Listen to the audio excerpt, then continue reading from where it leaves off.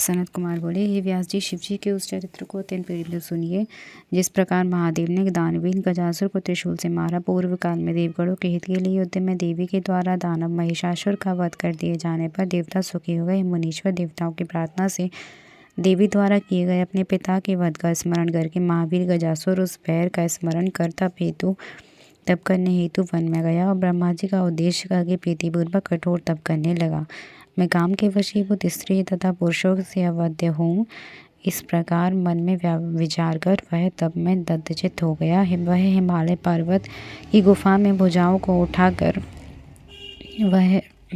उठाकर आकाश में दृष्टि लगाए हुए पैर की अंगूठी से पृथ्वी को टेकर परम दारुण तप करने लगा। वह उदार बुद्धि वाला महिषासुर पुत्र गजासुर जटाओं के भार की कांति से प्रलय के सूर्य के समान प्रकाशित हो रहा था। उसके मस्तक से उन्मत्त हुई तपों में धूमाग्नि तिरछे ऊपर और नीचे लोगों को तप्त करती हुई चारों ओर फैल गई। उसके मस्तक से प्रकट हुई अग्नि से नदी तथा समुद्र सूख गए, ग्रहों सहित तारे गिरने लगे और दशों दिशाएं प्रज्वलित हो गईं। उस अग्नि से तप्त हुए इंद्र सहित संपूर्ण देवता स्वर्गलोक को त्याग कर ब्रह्मलोक को गए और ब्रह्मा जी से बोले कि पृथ्वी चलायमान हो रही है। देवगण बोले, हे विधि, गजासुर के तप से हम लोग संतप्त तथा व्याकुल हैं और स्वर्ग में स्थित रहने से व्यर्थ रहने में समर्थ नहीं है, इसीलिए आपकी शरण में आए हैं। हे ब्राह्मण, आप कृपा कर अन्य लोगों को जीवित रहने के लिए उस दैत्य को शांत कीजिए, अन्यथा सभी लोग नष्ट हो जाएंगे। हम लोग सत्य सत्य कह रहे हैं। इस प्रकार दैत्य इंद्र आदि देवों तथा भृगु दक्ष आदि से प्रार्थित हुए ब्रह्मा जी उस दैत्य इंद्र के आश्रम पर गए। आकाश में मेघों से ढके हुए सूर्य के समान लोगों को तपाते हुए उसको देखकर विस्मित हो ब्रह्मा जी ने हंसते हुए कहा। ब्रह्मा जी बोले, हे दैत्य, हे महेश पुत्र, हे तात, उठो, तुम्हारा तप सिद्ध हुआ। मैं तुम्हें वर देने के लिए आया हूँ, अपनी इच्छा के अनुकूल वर मांगो। सनत कुमार बोले, उस दैत्येंद्र गजासुर ने उठकर अपने नेत्रों से विभु ब्रह्मा जी को देखते हुए प्रसन्न होकर वर मांगने के लिए गदगद वाणी से कहा। गजासुर बोला, हे देव देवेश, आपको नमस्कार। यदि आप मुझे वर दे रहे हैं तो मैं काम के वशीभूत स्त्री पुरुषों से अवध्य हो जाऊं। हे विभु, मैं महाबलवान वीर तथा देवता आदि से सदा अजय और संपूर्ण लोकपालों की समस्त संपत्ति को भोगने वाला हूँ। सनत कुमार बोले, इस प्रकार उस दैत्य के वर मांगने पर उसके तप से प्रसन्न हुए ब्रह्मा जी ने उसे अति दुर्लभ वर दिया।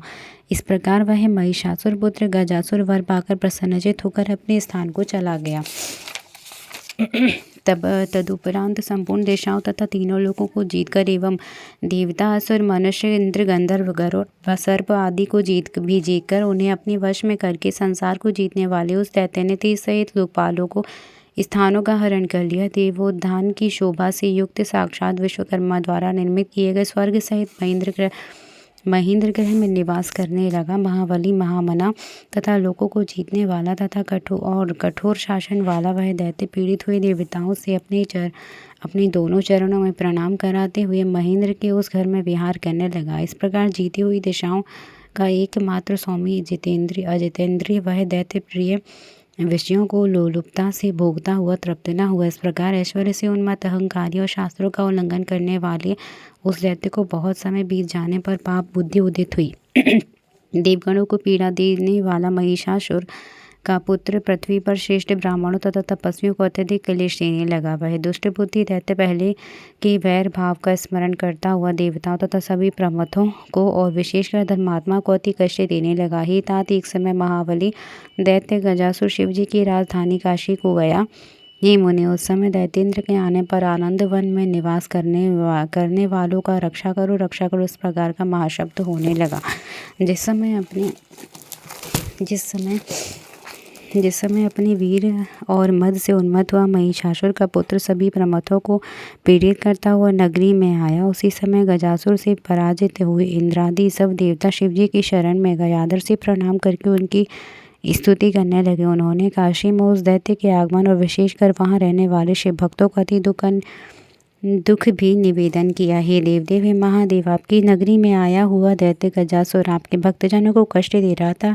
हे कृपानिधि, आप उसका वध करें। वह भूमि पर जहाँ जहाँ चरण रखता है वहाँ उसकी भार से अचल पृथ्वी भी चलायमान हो जाती है। उसकी जंघा के वेग से डालियों सहित वृक्ष गिरने लगते हैं। उसके भुजदंड के आघात से शिखरों सहित पर्वत चूर्ण हो जाते हैं। उसके मुकुट के संघर्ष से मेघ आकाश का त्याग करते हैं और उसके बालों के संपर्क से उत्पन्न हुए नीलेपन को वे अब तक भी नहीं छोड़ते। उसकी जिसके निश्वास के भारों से ऊंची तरंगों वाले महासागर तथा नदियां भी जल जंतुओं के सहित बड़ा कल्लोल करती हैं। जिसके शरीर की ऊंचाई उसकी माया से 9 सहस्त्र योजन जाती है तथा माया भी उस दैत्य का विस्तार चौड़ाई का घेरा भी उतना ही हो जाता है। जिसके नेत्रों के पीलेपन चांचल्य और बिजली आज भी नहीं धारण कर सकती है, वही बड़े बेग से यहाँ आ गया है। वह असरह दैत्य जिस दिशा में जाता है, काम से जीते हुए स्त्री पुरुषों से मैं अवध्य हूँ, इस प्रकार वहाँ कहता है। काशी की रक्षा में तत्पर रहने वाले ही देवेश, इस प्रकार हम लोगों ने उस दैत्य की चेष्टा का आपसे निवेदन किया, आप भक्तों की रक्षा कीजिए। सनत कुमार बोले, देवताओं द्वारा इस प्रकार प्रार्थना किए जाने पर भक्तों की रक्षा में तत्पर वे शिव जी उसके वध की कामना बड़ी शीघ्रता से वहां आए। त्रिशूल हाथ में धारण किए हुए इन भक्त वत्सल शिव जी को गरजते हुए आया देखकर गजासुर गरजने लगा। तब वीर गर्जन करते हुए उन दोनों का अनेक शस्त्रों और शस्त्रों के प्रहार से दारुण तथा अद्भुत युद्ध हुआ। अति तेजस्वी तथा महाबली गजासुर ने दैत्यों का विनाश करने वाले शिवजी पर तीव्र बाणों से प्रहार किया। हे मुने, उस समय भयंकर शरीर वाले शिवजी ने अपने अति दारुण बाणों से अपने समीप न पहुँचे हुए उसके बाणों को शीघ्र ही खंड खंड कर दिया। तब हाथ में खड़ग लेकर, अब तुम मेरे द्वारा मारे गए, इस प्रकार ऊंचे स्वर से गर्जन कर क्रोधित होकर गजासुर शिवजी की ओर दौड़ा। तब त्रिशूलधारी भगवान शिव ने उस दैत्य त्रिष्ट को आता हुआ देखकर अन्य के द्वारा वध जानकर उसे त्रिशूल से मारा। उस त्रिशूल से विद्ध हुआ वह गजासुर दैत्य अपने शिव का छत्र रूप मानता हुआ शिव जी की स्तुति करने लगा।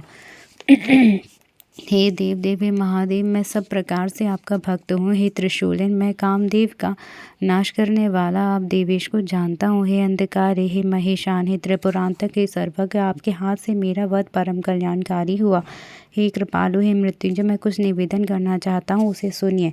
सत्य ही कहूँगा, असत्य नहीं। आप विचार कीजिए, एकमात्र आप संसार के वंदनीय हैं तथा संसार के ऊपर स्थित है। समय से सभी को मरना है, परंतु ऐसी मृत्यु कल्याण के निमित्त होती है। सनत कुमार बोले, उसका यह वचन सुनकर दयानिधि शिवजी ने हंसकर महिषासुर के पुत्र गजासुर से कहा। ईश्वर बोले, हे महापराक्रम निधि, हे दानवोत्तम, हे श्रेष्ठ मति वाले, हे गजासुर, मैं प्रसन्न हूँ, अपने अनुकूल वर मांगो।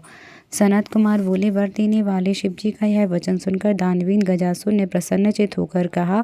गजासुर बोला, हे महेशान, हे दिगंबर, यदि आप प्रसन्न हैं तो अपने त्रिशूल की अग्नि से पवित्र किए हुए मेरे इस देह चर्म को नित्य धारण कीजिए। अपने प्रमाण कोमल स्पर्श वाले युद्ध क्षेत्र में समर्पित किए गए देखने योग्य महादिव्य निरंतर सुखदायक मेरे चर्म को धारण कीजिए। यह चर्म सदा सुगंध युक्त, अति कोमल, निर्मल तथा अति शोभायमान हो।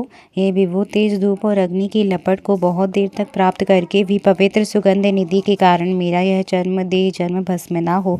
हे दिगंबर, यदि मेरा यह चर्म पुण्यमय नहीं होता तो युद्ध स्थल में आपके अंग के साथ इसका संग कैसे होता है। शिव जी, यदि आप प्रसन्न हैं तो मुझे दूसरा वर दीजिए और आज से प्रारंभ कर आपका नाम कृतिवासा हो। सनत कुमार बोले, उसका यह वचन सुनकर भक्तिप्रिय भक्तवत्सल महेशान शिव जी प्रसन्न होकर भक्ति के निर्मल मन वाले उस गजासुर नामक दानव को पुनः कहने लगे।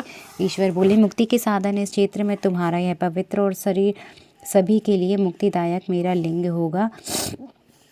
इस क्षेत्र में तुम्हारा यह पवित्र शरीर सभी के लिए मुक्तिदायक मेरा लिंग होगा। यह महापापों का नाश करने वाला, समस्त श्रेष्ठ लिंगों प्रधान और मुक्ति को देने वाला कृतिवासेश्वर नामक लिंग होगा।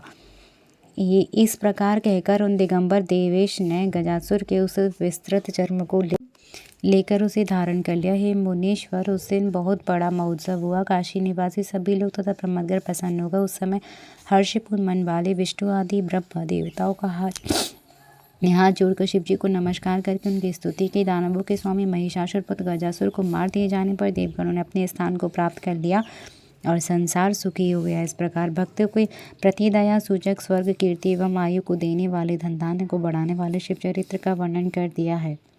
उत्तम व्रत वाला जो मनुष्य से प्रीति से सुनता है अथवा सुनाता है, वह मान सुख पाकर अंत में मोक्ष प्राप्त करता है। जय जय श्री शिव महापुराणी 57 57वां अध्याय। हर हर महादेव।